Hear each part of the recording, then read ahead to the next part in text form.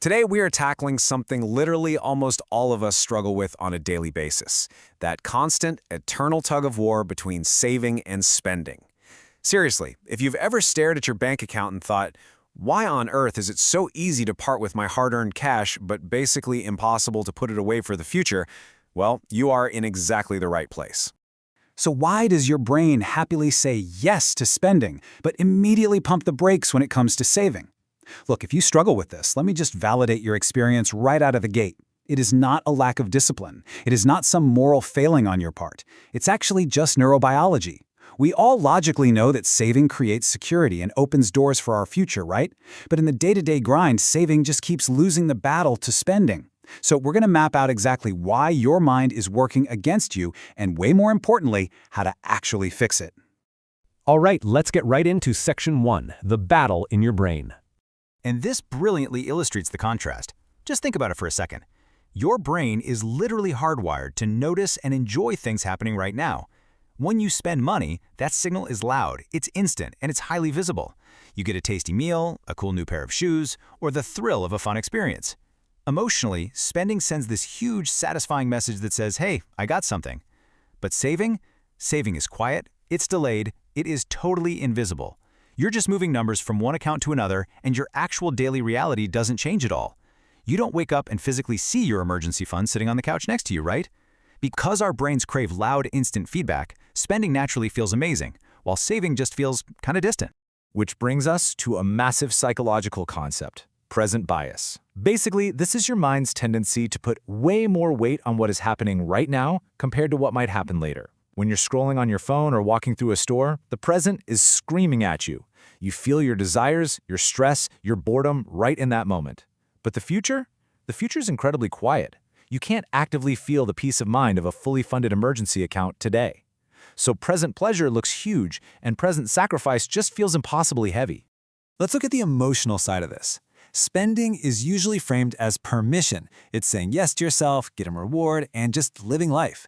Saving, on the flip side, is almost universally framed as a restriction. It's saying no, limiting yourself, and giving up your fun. And honestly, as humans, we love saying yes to ourselves. Saying no takes a ton of mental energy. So picture this. It's the end of a long, exhausting, super stressful day. Your energy is completely zapped. Of course, you're going to say yes to a quick, easy purchase. If saving always feels like you're emotionally rejecting yourself, it's always going to feel like a massive drag. Moving on to Section 2. Why modern systems trap us.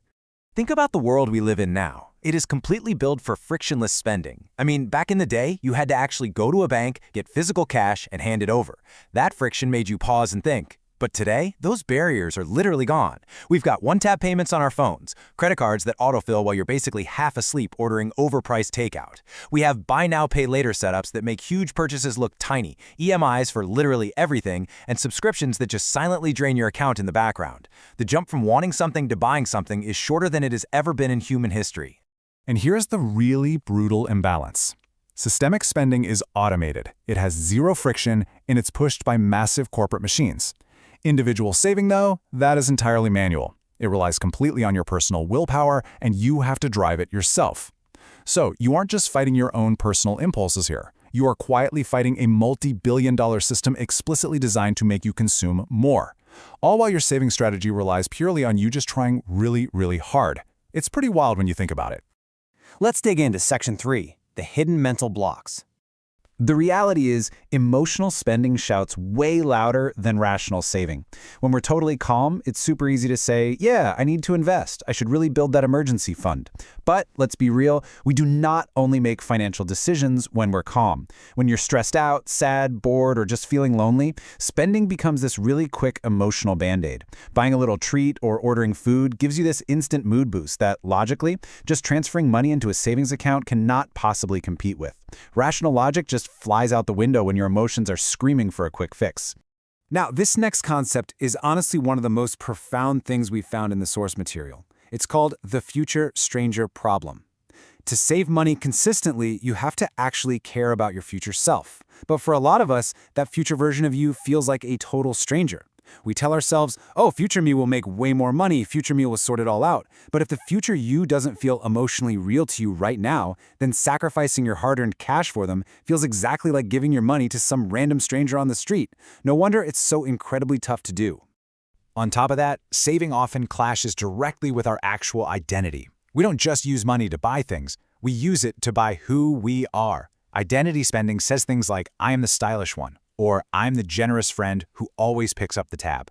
If your whole self-image is wrapped up in having the newest tech or always saying yes to dinner plans, then saying no so you can save money triggers some really deep fears.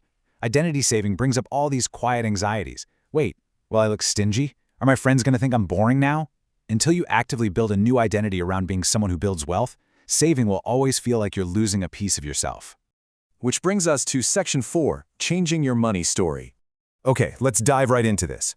Saving without a crystal clear purpose, like just telling yourself, I really should save more, is incredibly vague. It's a weak idea, and it is going to lose every single time to the very specific desire of buying a brand new phone. But if you say, I want 1 lakh rupees in my emergency fund in the next 12 months so I never have to panic during a crisis, wow. That is a specific, emotionally charged target. Your brain absolutely loves concrete pictures way more than abstract ideas. Having a specific goal turns saving from a boring chore into an actual, tangible mission. Next up, we have got to completely flip the internal narrative.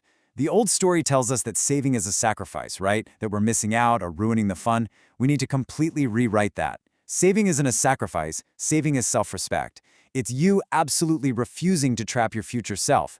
It's creating flexibility now so you can actually choose your fun later without any of that background anxiety. When you reframe saving as protection and future freedom, the emotional weight completely vanishes. You stop punishing yourself and you finally start supporting yourself. Let's look at Section 5, Building Sustainable Saving Habits. Okay, these 3 steps are your tactical roadmap. First, you have to automate fixed transfers. Pick your saving percentage one time and set it to automatically leave your account the exact day you get paid. Just treat it like a non-negotiable bill, like your rent. Second, track your progress visually. Since saving is invisible by nature, you gotta make it visible. Use a chart, use an app, whatever works, so your brain gets that little hit of dopamine every time you see that line go up. And third, you must allocate money for guilt-free fun. Pure restriction is just gonna lead to burnout. You need a plan that balances saving with actual, guilt-free enjoyment. Automating this whole shebang completely removes that exhausting monthly struggle of trying to find the willpower to save. And you've got to fix your environment. Willpower is totally finite. You will eventually run out of it. Changing your environment, though, that is infinitely more effective. Go ahead and delete or mute those shopping and food delivery apps you always click on impulsively. Unsubscribe from all those promo emails that just bait you into spending money. Try planning lower-cost activities so socializing doesn't automatically mean draining your wallet. And maybe most importantly, normalize talking about saving and investing with your friends. If you make it part of your social circle's everyday reality, saving just becomes a normal, effortless thing to do. So when you put all of this together, here is how your timeline actually builds out. In the short term, your only focus is setting up the automation and tracking it where you can see it. As you hit the midterm, you start crossing those visible milestones, like hitting your first 25K, then 50K, and you should celebrate those.